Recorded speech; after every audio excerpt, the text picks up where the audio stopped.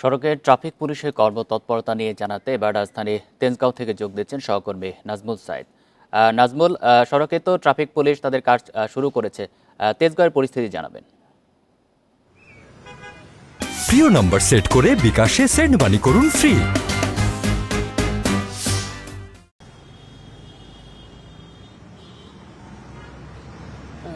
কয়েকদিন কর্মবিরতির পর গতকাল থেকে আনুষ্ঠানিকভাবে তাদের কার্যক্রম শুরু হয়েছে। আমরা সকাল থেকেই দেখেছি, ঠিক সকাল 7টা থেকেই রাজধানীর গুরুত্বপূর্ণ পয়েন্টে আমরা ট্রাফিক পুলিশের উপস্থিতি লক্ষ্য করেছি। আমরা একটু দেখাতে চাই তেজগাঁওয়ে, এখানেও আসলে ঠিক সকাল 7টার পর থেকেই এখানে দায়িত্বরত যারা সদস্যরা আছেন তারা তাদের দায়িত্বটি পালন করছেন। আমরা এর আগেও দেখেছিলাম গতকালকে রাজধানীর বিভিন্ন পয়েন্ট বা বিভিন্ন সড়কে আমরা ঘুরেছিলাম, কালকেও পুলিশের উপস্থিতি ছিল।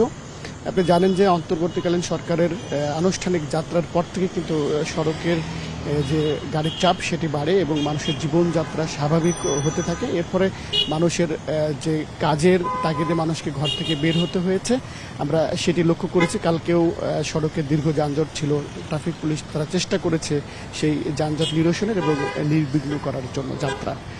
আমরা একটি বিষয় লক্ষ্য করেছি, কালকে আমরা যখন ঘুরেছি, আজকেও ঘুরলাম বিভিন্ন এলাকায়, আমরা দেখেছি যে ট্রাফিক পুলিশের সাথে কিন্তু এখনও শিক্ষার্থী বলেন, স্বেচ্ছাসেবীরা কিন্তু কাজ করছে। পুলিশের যারা কর্মকর্তা রয়েছেন তাদের সাথেও আমরা এই বিষয়ে কথা বলেছিলাম। তারা যেমনটি বলছেন যে একটি ক্রান্তি লগ্নে শিক্ষার্থীরা যেভাবে তাদের পাশে দাঁড়িয়েছিল, তারা ভবিষ্যতেও তাদেরকে পাশে চায় এবং শিক্ষার্থীরাও তাদের যে ব্যক্ত যে তারাও থাকতে চান সে বিষয়টা কিন্তু আমাদেরকে বলেছে। আরেকটি বিষয় আমরা যেটি জানতে চেয়েছিলাম শিক্ষার্থীদের কাছে, পুলিশ নামার পরেও কেন তারা মাঠে রয়েছে।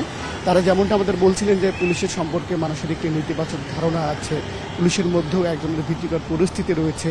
তারা মাঠে থাকছেন যাতে কোনো ধরনের অপ্রীতিকর পরিস্থিতি না ঘটে, পুলিশের মধ্যে যাতে স্বস্তি থাকে, সেই বিষয়টি মাথায় রেখেই শিক্ষার্থীরা এখনও কাজ করছে।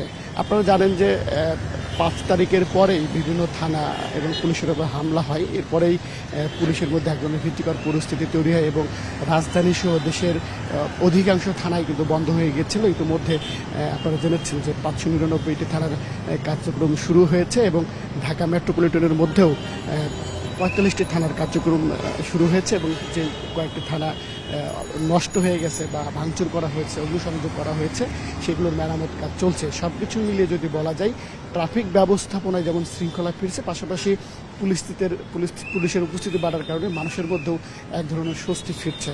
তো এই ছিল তেজগাঁওয়ের সর্বশেষ পরিস্থিতি। তেজগাঁও থেকে জানাচ্ছেন সহকর্মী নাজমুল সাইদ।